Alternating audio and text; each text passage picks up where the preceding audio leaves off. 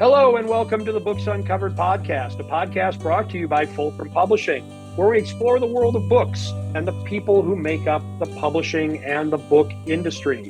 I'm Sam Scinta, publisher of Fulcrum Publishing, and I'm joined today by Kelly Jervey, our Fulcrum's marketing coordinator. Hi, Kelly. How you doing today?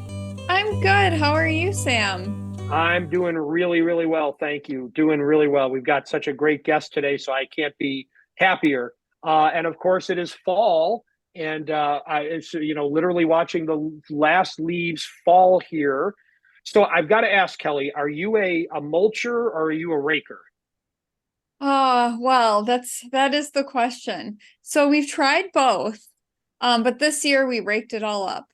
You did, okay. Yeah. In the past, we've left some of it, which has left some little dirt piles in various spots across our lawn. So Yep.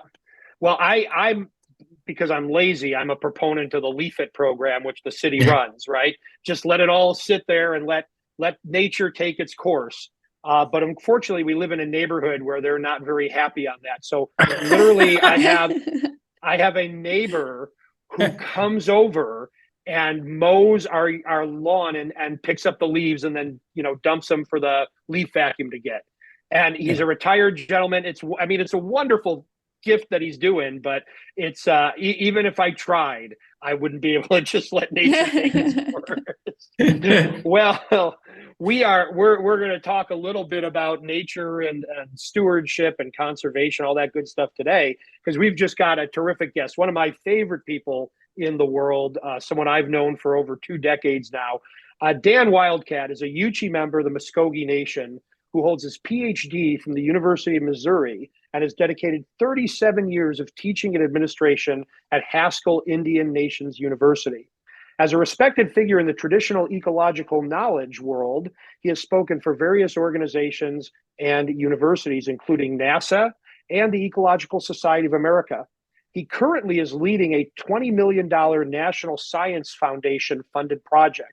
And he's overseeing also this organization called Rising Voices, Changing Coasts Research Hub at Haskell, focusing on indigenous knowledge's role in understanding climate change impacts. He has authored and edited various works, including Power and Place, which he did with Vine Deloria Jr., Destroying Dogma, and Red Alert, Saving the Planet with Indigenous Knowledge, along with his latest book on indigenuity, Learning the Lessons of Mother Earth. Welcome, please, Dan Wildcat. Hi, Dan. How are you? Hey, it's good to see you, Sam. I'm doing well, and I'm enjoying a fall day on the beautiful campus of Richmond University in Richmond, Virginia. It's just been marvelous weather here. Yes. And so you've been doing a conference, an environmental conference out there. Yeah, we have. We've been, it was called Braiding Knowledges, and we were focusing on really discussions about sustainability. Had some of my indigenous relatives from deep in the Amazon join us. They came from the Amazon here. People like David Orr, the famous, environmental writer and deep thinker. And of course, David Wilkins is here at the University of Richmond. And so it's been a really, really great visit here and really important discussions. Well, and that's outstanding that you're actually connecting with indigenous people around the globe, not just in North America, which is wonderful. Well, you've got this terrific new book on indigenuity that has just been released.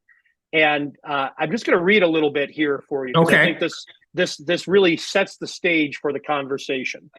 What is addressed in this book are the mistakes made by those who are honestly wrong, who misunderstand, as opposed to those who misrepresent the world and our human place in it.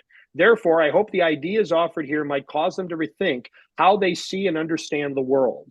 Many of the problems we currently face, I believe, are associated with the dominant, modern, overwhelming Western-influenced worldview that has culminated in an age we now rightly call the Anthropocene, the age of humankind, a worldview that plays a large role in many of the global crises we now face, and one not likely to produce any solutions. So you're really laying down the gauntlet right from the get-go in trying to make this case that, this idea of indigenuity, indigenous ingenuity, we need to tap into the knowledge that has been here for thousands of years and that we're disregarding at our own peril.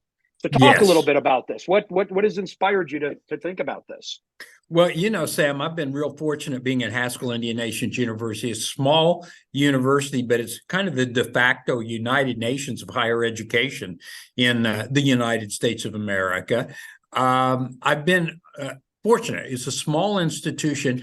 And so from day one, when I got there, I was able to sort of break those boundaries, those silos. I made good friends in our natural sciences and environmental science department. I've always, tried to honor, the arts program in our campus and everything. And so it really is the culmination of sort of a lifetime's work, largely inspired by our dear friend and my mentor, Vine Deloria Jr. We're honoring the 50th anniversary of his really landmark book, God Is Red, this year. I think what the work is about is the following. I make the argument that we have, in essence, some solutions all around us. But what we need to do is to put on a sort of a different lens to understand the world.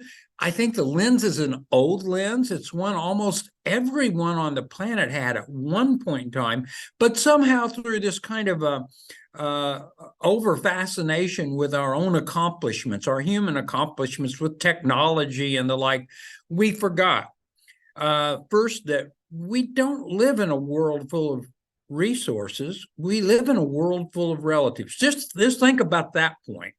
I mean, I don't know any indigenous people who in their oldest intellectual traditions and worldviews don't honor the fact that, when we use the term Mother Earth, that's not being romantic. That is acknowledging that we see the earth itself as a living entity, a being.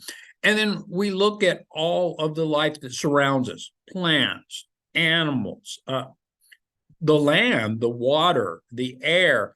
And in many indigenous traditions, they don't categorize those things as resources, as things. We really honor those in our own worldviews with this deep relational understanding that says, those aren't resources, but we live among relatives, really. And of course, you and I've talked about this before. I think what's ironic is if you look at the most advanced DNA-driven genetic science, what it tells us is, by God, we are all related, I mean, life on this planet is deeply interrelated. And so I always point out, well, that's old knowledge for Native people. Our worldviews understood this in a very directly experiential sense. So I think, indigenous knowledges might provide us that lens we need so that we can stop trying to fix the problem with the same thinking that's always producing bad results. That's one of the definitions of insanity. You keep trying the same thing over and over, and you expect a different result when you're going to get the same result. So I think that's what indigenuity is about. It's an invitation for people to reconsider and think deeply about our relationship to the balance of creation. And maybe it's time to walk away from this worldview that's dominated by how are we going to manage, how are we going to use, how are we going to profit by resources and resource use, and instead say, what is our responsibility to live well on this planet with relatives? Yeah. I absolutely, I want to put that on a t-shirt. We don't live in a world of resources. We live in a world of relatives. I think that is just a beautiful way to put it, because it underscores not only this traditional indigenous knowledge world, but really what's so many, and what we've done at Fulcrum for so long, this idea of stewardship, right? Yeah. That if we are true stewards, we understand that we have to manage this for everybody long after us, and managing it means understanding the interconnectivity of all this. And just a fascinating thesis. So why do you think we don't do this? Why do you think that we're so resistant to this? Yeah. Well, again, here's the challenge, and this is the exciting part. A number of people who are really trying to think deeply about this we're all sort of coming to the same conclusion. Part of the problem is the anthropocentric worldview. For all of the accomplishments, and there's some accomplishments and there's some beauty that is a part of the Western civilization and its tradition. But one of the Achilles heels, though, of that worldview, writ large and its totality, is the way it sort of places humankind, above everything else. I mean, it's a hierarchical view. And it's led to a separation, a notion that somehow humans, with our control and our management, we can direct nature. We can control nature. I mean, again, they're just resources, and we're smart. We'll figure out how to use them. Well, that's the problem. The problem is that when we take that view, we forget that deep relationality we are a part of. We start thinking of a tree as timber, lumber. We look at the earth and we think of that as, well, how can we use that? And maybe the deeper question we need to raise about water, forest, the soil itself, is not how can we use it. Notice, when we say resources for whom? Are we talking about the squirrels? Are we talking about the deer? Are we talking about the buffalo? Are we talking about the fish? No, we're talking about us. See, it's all about us.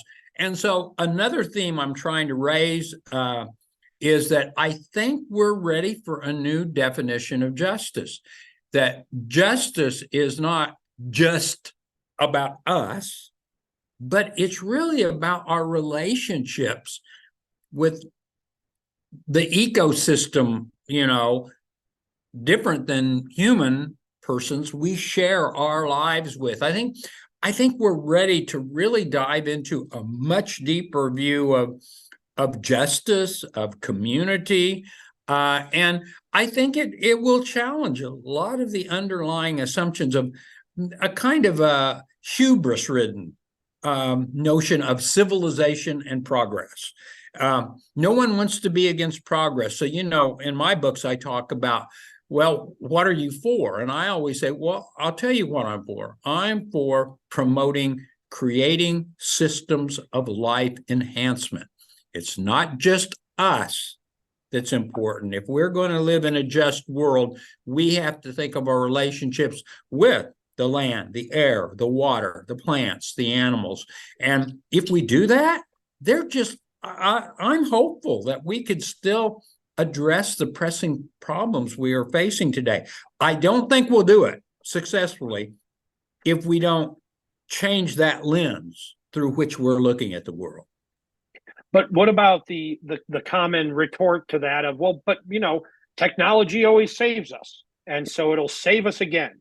We don't need to do that. We'll just invent something that will, take carbon out of the air, or we'll make sure that the sun, lasts longer than it will, or that, we're re-engineering mammoths, right? So we'll just bring extinct creatures back to life. Yeah. And, I think the problem with that is, and again, this is where we would do really well to foster a sense of humility. This is one of the things I always tell my students that I've come to so appreciate. When you talk to people like my relatives that I just met from the deep Amazon, I mean, they are in the middle, they're experiencing the same history my relatives experienced 200 years ago. They've got people coming into their lands illegally, unauthorized, they're building roads. Why are they coming? Well, they're coming to get the timber. They're coming to cut down their forests. They're coming to take oil, out from the ground underneath them. And I think what we need today is to recognize that technology really is, I think, the best way to understand it is an extension of our human selves. And the problem is, if we continue to define ourselves primarily by just looking in the mirror at our creations, at what we've done, and think, oh, gee, look how great we are, that we will continue to create technology that always seems to have these unintended consequences, these latent consequences. And we say, oh, well, we didn't see that. We didn't foresee that. Well, that's because all you're doing is looking in the mirror at yourself. And you need to start paying attention, to the ecosystems, the environments we're a small part of. And so that's my retort, is not that I think, again, I'm not anti-technology. I would just say that we're looking at technology through the wrong lens. I always challenge my students. I think, so the kind of view I'm advocating, a more earth-centered, ecocentric, indigenous view about as my dear mentor and our friend would say, Vine Deloria, don't forget the power of places, particular places, their unique, expression of life. If we took that and started thinking about how we can use technology, I think we'd have a more sustainable technology than if we're just always measuring technology in terms of its relative comfort, convenience, and the capital gains it gives humankind. Yeah. So we've definitely been talking about that technology and that kind of Western view of seeing our ecosystems as resources. So how do we as individuals and as communities, what can we do to make that shift to see more of, as you've been talking about, eco-kinship with? Yeah, I think the best thing to do is, please, let's get our children, our grandchildren, our nieces and nephews out of doors. I think one of the greatest miseducative disservices we do to young people, to young children, is somehow we've decided that when kids become 5 or 6, we put them in schools and we take them at 8 a.m. and we say, okay, you're going to come here. You're going to learn how to sit still. You're going to learn how to get in line. And no kids aren't made for that. They want to be outside. They want to get their hands dirty. We could teach so much to our children by having them out of doors again, that I think that's a good place to start. We ought to really start thinking, how can we promote more out of classroom learning for students? And I would do that K through 12. And I don't think that's unrealistic. I think we would see tremendous benefits from inculcating that kind of perspective about knowing and experience and what knowledge is. Yeah, my son would love to hear that. He's about 5 years old, and yeah, he loves the outdoors, being outdoors. I think that's perfect. I mean, to me, and what really gets me worried today is I hear about people who are medicating their children because they can't sit still, in a classroom. And I'm saying, wait a second, that problem might not be that child. The problem is this crazy environment we place them in, and we're asking them to not be human, to not be that young, active, energetic 5, 6, 7-year-old. So yeah, I think we've got an opportunity here to do something very positive. So Dan, one of the I guess this is almost a sad note.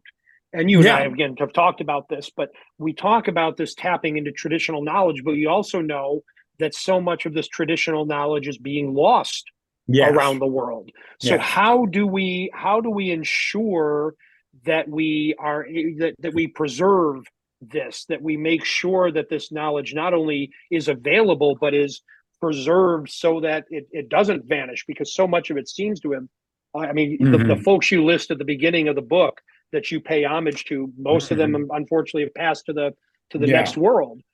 So how do we ensure that we don't lose those voices and those ideas?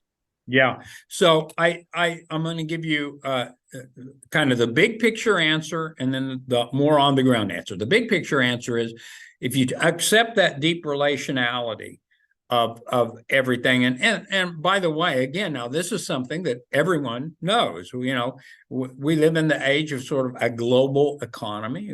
We a global political economic system. Everyone talks about globalization.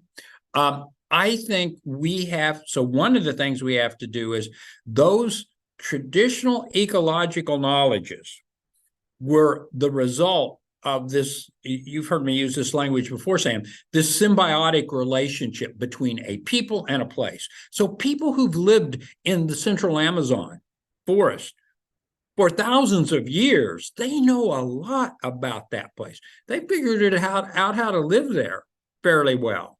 But now we have their confrontation with modern globalization and development and that resource-driven world. So I think the one thing we've got to do, let's don't have any more discussions about saving traditional ecological knowledge unless we're honest about saving the ecosystems that produce those knowledge, the places, the environments.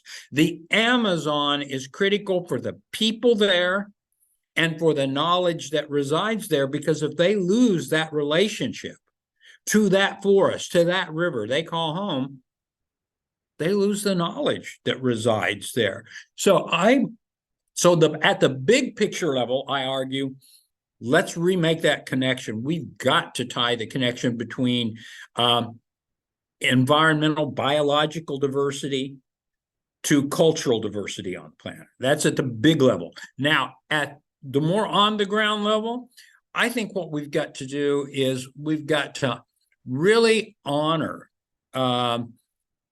this broader view of education that I talk a little bit about in my new book, Indigenuity, of view of learning that says, you know, most of the important lessons we've learned in our lives didn't come from a pedagogical kind of classroom lecture.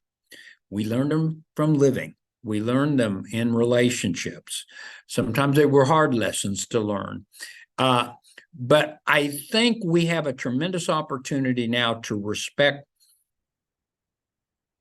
storytelling traditions, to respect the way that people embody knowledge in their actions, in their choices, and to remind people that really that's an important part of learning today. Anthropologist, very quick anecdote. An anthropologist called me about 10 years ago. He said he's doing a program. He invited me. And I said, what are you going to talk about? He said, one of the things we're going to talk about is storytelling. And I said, oh, really? And he said, yeah. He says, you know, I hear this talk all the time that, you know, the storytelling traditions we're losing them. And he says, I disagree with that. He says, they've changed, but they're still there. And he says, here's the difference. The stories our children are hearing are no longer told to them by their relatives in front of a fireplace or around a campfire on winter nights, but they're sold to him. They're sold to them on flat screens by corporations. And if you don't think that's real, just talk to any, you know, iPad savvy 6, 7, 8-year-old. And there's a bunch of stuff that's being sold to them on those iPads and through this media. So I think we have to really honor the kind of in place, deep knowledge, just old-fashioned storytelling, because this flat screen stuff, I'm glad we've got this technology, don't get me wrong, but we've got to realize, as we would like to believe we're doing it for a positive intent, there's a lot of people who they're doing it because they are totally invested in the resource view of the world, and that's what they're trying to sell us. Yeah. Well, before we run out of time, I have I'm going to take us in a little bit different of a direction. Okay. I am curious. I'm going to come from maybe a little bit of a skeptic's perspective. What if somebody says, I don't think this doesn't work? Yeah. What examples have you seen of indigenous practices that have positively impacted ecosystems and our environment? Well, I think, again, people always want to say, well, show me an example. Well, I'll show you an example. Look at the health of, so let's go up on the Northwest coast, okay? And let's look at the estuaries, on the Northwest coast. Let's look at Bellingham Bay. And let's look at the condition of those places in terms of their biological diversity, water quality, and everything. They were much better, okay, before the industrialization of those landscapes happened. Now, and here's the catch. People say, "Oh, now you're bashing technology again. You're bashing progress." Well, maybe I'm saying we need to think deeply about what we think process is. Because if we think progress is just, more wealth, more convenience, more comfort, for just us, we can look all around us on this planet and see that comes to a high price to the water quality, the soil quality, the air quality that we say we really want to protect. Well, those two aren't unrelated. I think the way indigenuity and indigenous knowledges work is that, again, it's probably the most non-anthropocentric view of the world you could ever imagine. It's never thought of it. We should think about us. We think about our relationships. And I think that's where I'm hopeful. So we see examples of this. The Menominee Forest Management Program. That's an incredible example. I mean, you have forestry managers all over the world who've looked at what they've done, and they said, we're doing it our way, the Menominee way. They developed this. That's the way they do things. And again, so there are just numerous examples, although, a lot of those older systems, again, like the forestry management system of my relatives I just met from the Amazon, those are being directly threatened by the people who are illegally coming into their homelands, building roads to do what? To cut down the resources. And so, to the skeptic, I would say just do a little historical backcasting and think of what the Great Plains looked like, 150 years ago 160 years ago, when, they used to say 20 million bison on the Great Plains. The latest people who've looked at that kind of North American natural history, they're now saying we believe it was closer to 70 or 75 million bison that were moving up and down the Great Plains. And think of what that must have been like. Now, I think we have a lot to learn from looking at the past, seeing what the nature of the human relationship was and the interaction was, and then saying, we're not going to go back to that, right? But the lesson to be learned is in the nature of the relationship we're going to foster. So how can we foster a more sustainable relationship with a forest, with a river, with a grassland? Those are all real questions. And I think by looking at the way indigenous people dealt with those landscapes, those places, we have a lot yet to learn. Dan, that's just simply beautiful, and you've given us so much to think about here today. This is what I love about what you do, is you are provocative.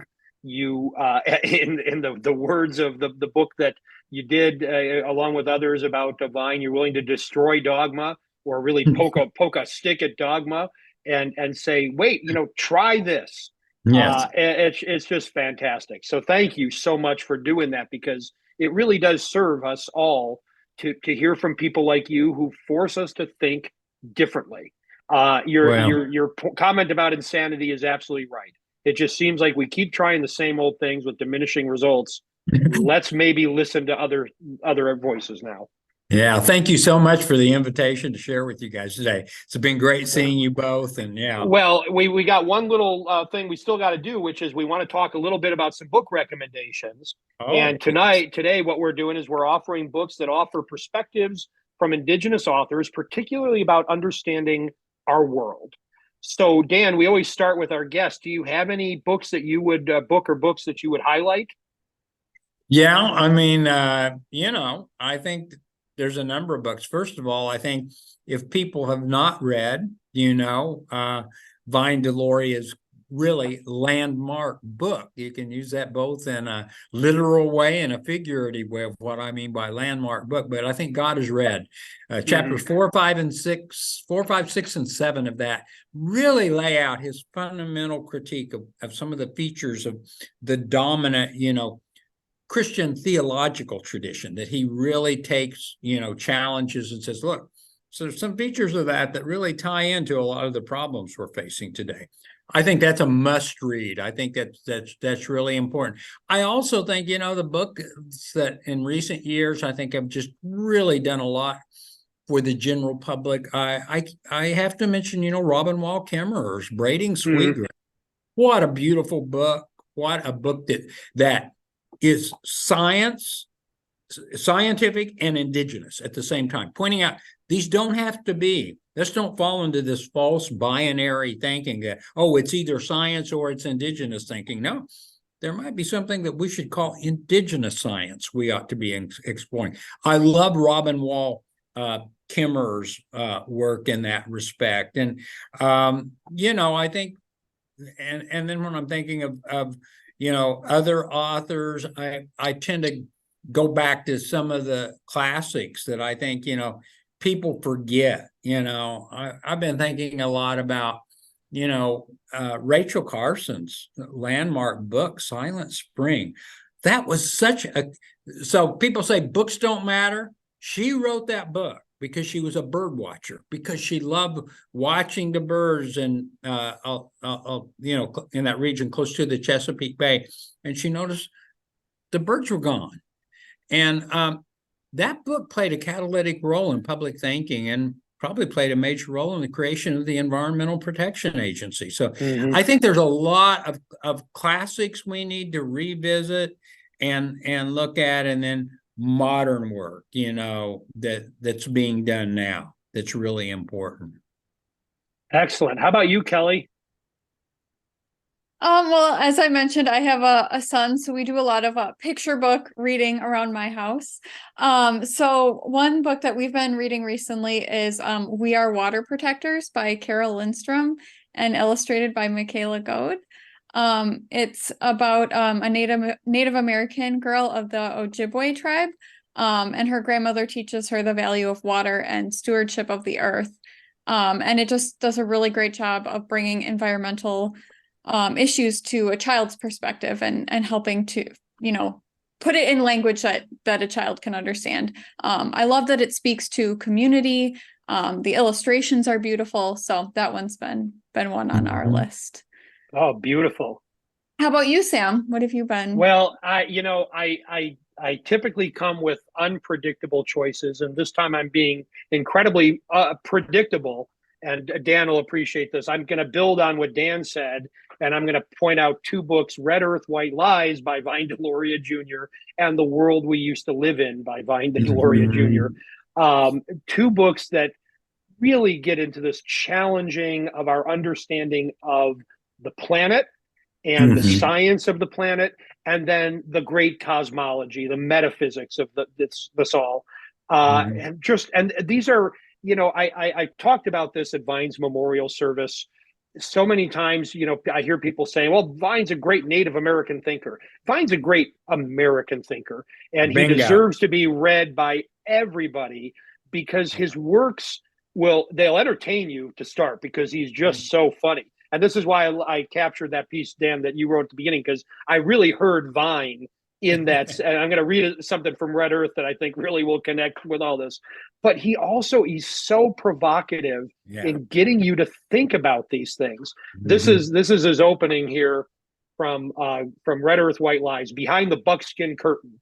When Indian bingo games are humming in almost every nook and cranny of our land, stealing the most sacred ritual of the Roman Catholic Church and gathering the white man's coin as quickly as it can be easily retrieved, progress is being made. When multitudes of young whites roam the West, convinced they are Oglala Sioux pipe carriers and on a holy mission to protect Mother Earth, and when priests and ministers, scientists and drug companies, ecologists and environmentalists are crowding the reservations in search of new rituals, new medicines, or new ideas about the land, it would appear as if American Indians finally have it made. And I just read that, again recently, and I'm just thinking of what you write in this book, Dan, because really that's Vine's humorous way of saying maybe the time has come.